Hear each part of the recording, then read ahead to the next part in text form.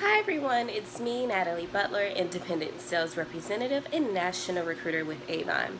So I'm here today with a little bit of kicking it with the Avon lady, just giving you all some of my personal insight. And today's lesson is going to be do not succumb to peer pressure. And I thought this was going to be very relevant, especially with Thanksgiving being in about 2 weeks and Christmas next month, and then you got the first of the year. Holidays are going to be rolling around. Even after the first, we have Valentine's Day is going to be the following month. And there are a lot of Avon sales meetings going on right now. And especially if you are attending the meetings in your area, there's going to be a lot of talk about, can you make a commitment? Are you going to get a product bundle set? And just have all of these special deals for representatives. That way that you can make more money with your Avon business. Now, a little bit about myself. Back in 2007 is when I originally started with Avon. I was actually in a little small town in Illinois while I was in college. I did not work, so Avon was my full-time business or hustle, whatever you want to call it. And I made way by holding parties. So I would go to different businesses, different homes, and I would just do parties. I never did the door-to-door sales. I didn't do online sales at that time. I didn't do anything but parties. And so my district sales manager at that time came to me and she was like, hey, what are you doing that's generating so many sales for you? Because I was in college. She was like, tell me, what are you doing? And I was like, well, I have a lot of parties. And at that time, Mark had released their skincare line, and she was like, since you sell a lot and you sell a lot of Mark products as well, I wanted to give you these items, and this is so that you can have at your next party. And I was like, oh, okay, I was very, very excited. I was like, she's telling me this is going to generate, X amount of money, and it was 40% earnings. And so I think it came about to about $800 in products. So, of course, I was like, let me at least try the skincare line so that way I know what it's about, how do I feel, how do I like it. Unfortunately, I was allergic to some ingredients that were listed in the products. I have very, very sensitive skin, so it's no disrespect to Mark and the skincare line, but I have very sensitive skin and I also have very severe allergies. So I had an allergic reaction, and I was thinking to myself, there's no way that I can sell something that I cannot even touch. And of course people are going to ask me what's my opinion about it, because a lot of things that I sold are the things that I loved. So, needless to say, I had $800 worth of products sitting in my apartment, and I didn't know what to do. So, I got a little discouraged because here I was, the queen of Avon parties. It didn't matter the age, it didn't matter the industry. I actually held a party at a warehouse. So, it was here I am, queen of parties, and I can't sell this.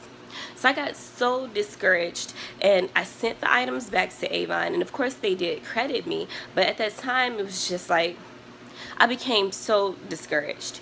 I eventually moved back to my hometown, which is Chicago, and I just left Avon alone because that one bad experience, it just really made me feel like I couldn't do it. And it just really, really just brought me down to the point where I just said, forget it, and, just left it alone. And I say that because now is the time where, there are going to be opportunities to stock up on items. And some district sales managers may not like me for saying this. Some leaders may not even like me for saying this, but I'm just going to be me and be completely honest with you, because my whole goal, regardless if you are on my team or you're not on my team, is for you to make money. I read a lot online. I've studied a lot about Avon. I've studied a lot about what former Avon representatives complained about. The last thing I want to see is you complain saying that you're not having any success with your business, and I surely do not want to see that you've stocked up on items that you cannot sell. So even right now, a new representative coming in, without any type of incentives, without any pressure from district sales managers, I would not suggest that they stock up. And the reason being is you do not know what your customers are going to purchase until you get those customers. Certain items sell well for other people. Certain items sell well for other locations, geographic locations. So I do not suggest stocking up on items with the uncertainty of what you're going to have the most success with. I've seen some representatives have more success with selling jewelry. I personally do not sell a lot of jewelry. I can probably count on one hand in a year's time span how much jewelry I've sold. That's okay. That's not what I sell. That's fine. I sell a lot of makeup. I sell a lot of fragrances. And I sell a lot of bath and body. Okay? I sell skincare too, so it's probably like the fourth thing that I sell. But those are the things that I sell. And after that, once I've learned what my customers like to purchase from me, then if there's a really, really good deal, then I'll go ahead and get a few. I don't stock up like 10 or 20 quantity, but I might carry an extra one or two, no more than 4. And that's because I'm looking at what my customers order.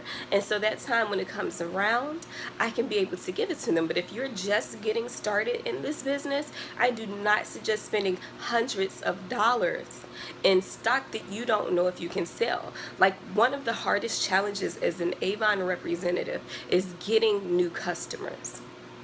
So and that's because a lot of it has to do with like the apprehension of approaching new people, or the apprehension of even approaching your family and friends. Or some people get easily discouraged because their family and friends don't support them, don't want to purchase from them.